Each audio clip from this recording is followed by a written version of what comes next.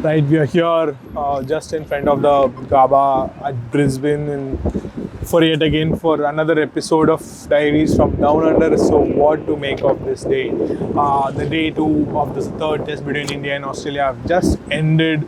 Australia finished the day with 405 on board with 7 wickets loss. Absolutely, Australia have taken the day away, but the one man who has fought all through the day for India is, of course, Jasprit Bumrah. It's been the story since his comeback. He's taken 109 wickets at a little over 15 average across formats. He's taken 62 wickets since his comeback in 2023. At again 15 average, a little over 15 in the 15 decimals in Test cricket. Insane numbers. Today was also one such day where India, every time they tend to turn to Bumrah and then waited till he rested up and brought him back again, because he is just the only person who kept running in, who kept getting wickets for India all through the day. It started with both the openers. Bumrah removed Nathan McSweeney and Usman Khawaja, but then again he finished his 5-over spell this morning with 12 runs, 2 wickets in the first 11 overs. He wanted to continue, but Sharma didn't want to. And then, of course, Smith and Labuschagne persisted for a while. Labuschagne got out. And then, of course, the familiar story of Travis Head and Steve Smith. Travis Head has been a nemesis for India since that World Test Championship final in 2023. And since then, he has been at it against India. Every time he turns up against India, he scored a century in Adelaide. He scored that massive knock in the ODI World Cup final as well. And again, this day was no different.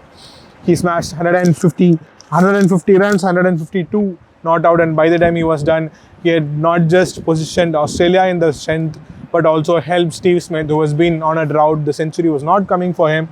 Also settle in and then build on it to get to a century. Some interesting number, and by the time these two got to a century, 80 overs had been done, and then second new ball were taken, and then Bumrah came back to again ran through the set batters as well as the middle order, finished with 5 wickets on a day where India conceded almost 390 runs. What happened? Why did this happen?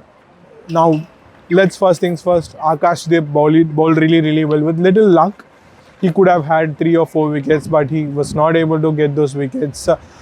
He finished without any wickets, but that doesn't do any justice to how he bowled. Nitish Reddy took a wicket as well, but it was all about Jasprit Bumrah. Jasprit Bumrah first 2 wickets, and then he was not there for a period of 18 overs post-lunch, which is when Travis Head and Steve Smith added close to 100 runs in 18 overs. They batted at run rate over 5, and then once he went back in the last 10 overs before the second new ball was taken, again Smith and Head went at over 6 runs. They scored some 67 runs in 11 overs. It was rampage. Head was, every time India went with a plan, Head was countering it. He was ramping, he was cutting it too close, he was pulling, he was doing everything that he could do, because he knew nothing is going to go wrong. He was in that kind of a zone.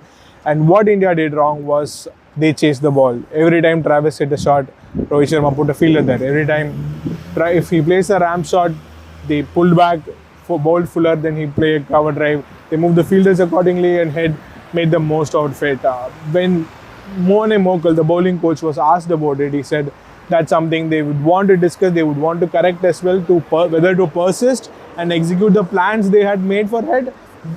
To be honest, Head is a very difficult batter to bowl to. The areas he scores is very difficult to contain, but at the same time, India did not help themselves with their bowling choices, with their Jadeja, who came in, he did not bowl well at all, and so much that Bumrah, for a better period of time when he was not bowling, he looked disinterested, he was waiting to get back, he wanted to make things happen, but in the end it was another day where Rohit Sharma's captaincy came into scrutiny.